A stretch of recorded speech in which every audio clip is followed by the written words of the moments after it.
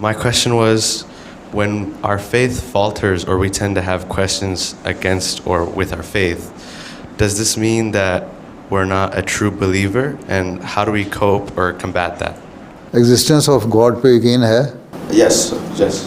جب یہ ہے تو پھر اللہ سے مانگو کہ اللہ تعالیٰ یہ جو میرا تھوڑا سا شیک ہو رہا ہوں اس کو سنبھال لے، ٹھیک ہے؟ اور یہ قبولیت دعا اس میں بھی ہوتی ہے، ٹھیک ہے؟ وہ معجزات کی باتیں کر رہے ہیں، معجزے کی تو علیحدہ بات ہے، پہلے اپنے ایمان کو بڑھاؤ، ٹھیک ہے؟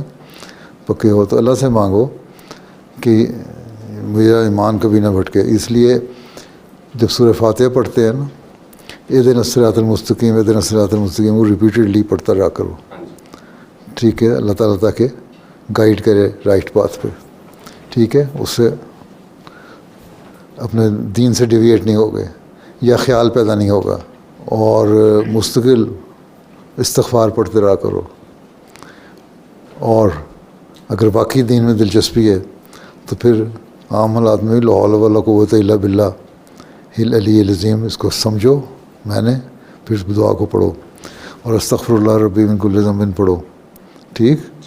نماز میں اہدنا الصراط المستقیم کو بار بار پڑھو، تو اس طرح تم you can combat with your weakening of faith ہے۔